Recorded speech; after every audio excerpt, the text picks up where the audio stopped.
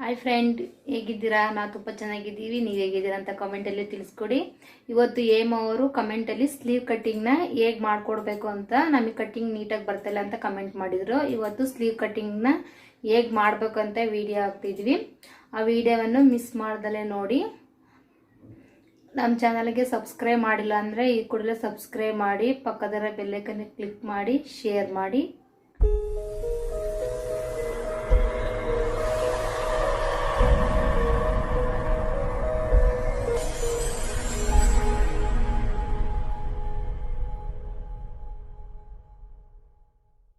Hello friends, ಇವತ್ತಿನ ನಮ್ಮ ವಿಡಿಯೋದಲ್ಲಿ ಒಬ್ಬ ವ್ಯೂವರ್ಸು ಕಮೆಂಟ್ ಮಾಡಿದರು, ನಮಗೆ ಸ್ಲೀವ್ ಕಟ್ಟಿಂಗು ನೀಟಾಗಿ ಬರ್ತಾಯಿಲ್ಲ, ನಮಗೆ ಕಟ್ ಮಾಡಿ ತೋರಿಸ್ಕೊಡಿ ಅಂತ. ಹಾಗಾಗಿಬಿಟ್ಟು ಅವ್ರಿಗೋಸ್ಕರ ಈ ವಿಡಿಯೋ ರೆಡಿ ಮಾಡಿಕೊಡಲಾಗ್ತಾಯಿದೆ. ಫ್ರೆಂಡ್ಸ್, ಯಾರಾದರೂ ಹೊಸದಾಗಿ ನಮ್ಮ ಚಾನಲ್ಗೆ ಭೇಟಿಯಾಗಿದ್ದಲ್ಲಿ ಈ ಕೂಡಲೇ ಸಬ್ಸ್ಕ್ರೈಬ್ ಮಾಡ್ಕೊರಿ, ಪಕ್ಕದಲ್ಲಿರೋ ಬೆಲ್ ಐಕನ್ನು ಕ್ಲಿಕ್ ಮಾಡ್ಕೊರಿ. ಫ್ರೆಂಡ್ಸ್, ಇವಾಗ ನೋಡಿ, ಇದನ್ನು 4 ಫೋಲ್ಡಿಂಗ್, ಅಂದರೆ ಇವಾಗ 2 ಮಾತ್ರ ತೋರಿಸಿದ್ದೀನಿ. ಟಾಪಲ್ಲಿ 2 ಇದೆ, ಕೆಳಗಡೆ 2 ಇದೆ. ಒಟ್ಟಾಗಿ 2 ಸ್ಲೀವು ನಾನು ಒಟ್ಟಿಗೆ ಕಟ್ ಮಾಡ್ತಾಯಿದ್ದೀನಿ. ಓಕೆ, ಒಂದು ಕಡೆ ಇವಾಗ ನಾನು ಮಾರ್ಕ್ ಮಾಡಿರೋದು ಬಂದುಬಿಟ್ಟು ಅಂಚಿರೋದು, ಅದನ್ನು ನಾನು ಕಟ್ ಮಾಡಿ ವೇಸ್ಟ್ ಮಾಡಿ ತೆಗೆದುಬಿಡ್ತೀನಿ. ಇವಾಗ ಆ ಗ್ಯಾಪು ಎಷ್ಟಿದೆ ಅಂದರೆ 3/4 ಇಂಚ್ ಗ್ಯಾಪ್ ಇದೆ. ಓಕೆ, 3/4 ಇಂಚ್ ಅಂದರೆ ಕೆಳಗಡೆ 3/8 ಮೇಲ್ಗಡೆ 3/8ಗೆ 2 ಸೇರಿಸಿ ಮಾರ್ಜಿನ್ನು ಆ್ಯಡ್ ಮಾಡಿದ್ದೀನಿ. ಇವಾಗ ನಮಗೆ ಸ್ಲೀವ್ ಲೆಂತು ಅವ್ರು ಕೇಳಿರೋದು 5 ಇಂಚ್ ಕೇಳಿದಾರೆ ಲೆಂತು. ಇವಾಗ 5 ಇಂಚ್ ಅಂದರೆ ಆ ಮಾರ್ಜಿನ್ ಬಿಟ್ಬಿಟ್ಟು ಟಾಪ್ ಸೈಡ್ಗೆ ನಾನು 5 ಇಂಚ್ ಮಾರ್ಕೊಂಡಿದ್ದೀನಿ.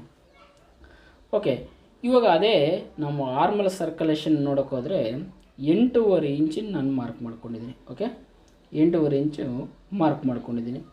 ಇವಾಗ 5 ಇಂಚಿನ ಸೇಮ್ ಮಾರ್ಕ್ ಆ ಕಡೆ ಮಡಗಿಬಿಟ್ಟು 8.5 ಇಂಚಿಗೆ ಹತ್ರ 3.5 ಇಂಚು ನಾನು ಡೌನ್ ಮಾಡ್ಕೊತೀನಿ. ಓಕೆ, ಇವಾಗ ನಿಮಗೆ ಕೆಳಗಡೆಯಿಂದ ತೋರಿಸಿದ್ರೆ ಆಗಲ್ಲ ಅಂತ ಹೇಳ್ಬಿಟ್ಟು ನಾನು ಡೈರೆಕ್ಟ್ ಟೇಪ್ ಆ ಕಡೆ ಮಡಗಿಬಿಟ್ಟು ತೋರಿಸಿರೋದು.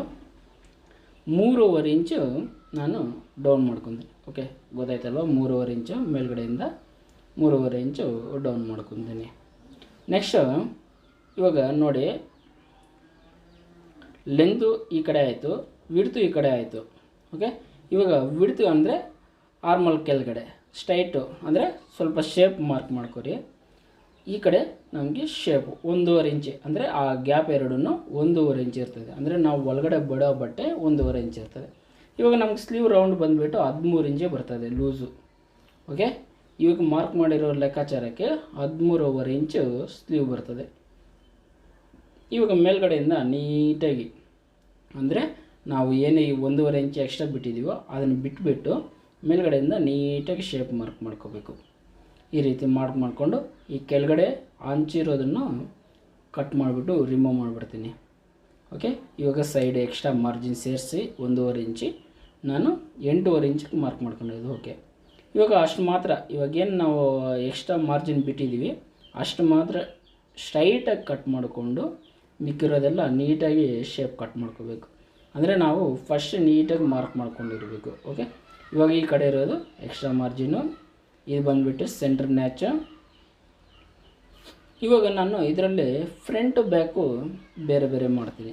ಓಕೆ, ಅಂದರೆ ಫ್ರಂಟ್ ಕಡೆಗೆ ಶೇಪ್ ಬರಬೇಕಾಗತ್ತಲ್ವ, ಹಾಗಾಗಿಬಿಟ್ಟು ನಾನು ಶೇಪನ್ನು ಮಾರ್ಕ್ ಮಾಡಿ ಕಟ್ ಮಾಡ್ತೀನಿ. ಓಕೆ,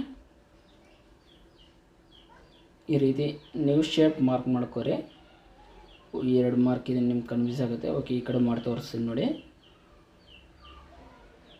ಈ ರೀತಿ ಶೇಪ್ ಮಾರ್ಕ್ ಮಾಡ್ಕೋರಿ. ಶೇಪ್ ಮಾರ್ಕ್ ಮಾಡ್ಕೊಂಡಿದ್ದೇನ ಕರೆಕ್ಟಾಗಿ ನೀವು ಆ ಶೇಪ್ನ ಏನು ಮಾರ್ಕ್ ಮಾಡಿರ್ತೀರೋ ಅದನ್ನು ಒಂದು ನೀಟಾಗಿ ಒಂದು ಲೆವೆಲಾಗಿ ಫಿನಿಶಿಂಗ್ ಮಾಡ್ಕೊರಿ ಈ ಥರ. ಓಕೆ, ಕಟ್ ಮಾಡ್ಕೊಂಡು ಅದಕ್ಕೊಂದು ನ್ಯಾಚ್ ಹಾಕ್ಕೊಬಿಡಿ. ಇದು ಕಂಪಲ್ಸರಿ ಫ್ರಂಟ್ ಸೈಡಿಗೆ ಅಟ್ಯಾಚ್ ಆಗಬೇಕು. ಓಕೆ, ಅರ್ಥ ಆಯ್ತಲ್ವ? ಇದು ಫ್ರಂಟ್ ಸೈಡಿಗೆ ಅಟ್ಯಾಚ್ ಆಗಬೇಕು. ಮೇಲ್ಗಡೆ ಕೆಳಗಡೆ ಮಾರ್ಕ್ ಮಾಡಿಬಿಟ್ಟು ನೋಡಿದ್ರೆ ಕರೆಕ್ಟಾಗಿ 5 ಇಂಚಿ ಬಂದೈತೆ. ಇವಾಗ ನಮಗೆ ಲೂಸ್ ಬಂದುಬಿಟ್ಟು 13 ಇಂಚಿ ಕೆಳಗಡೆ ಲೂಸ್ ಬಂದೈತೆ. ಓಕೆ, ಅರ್ಥ ಆಯ್ತಲ್ವ?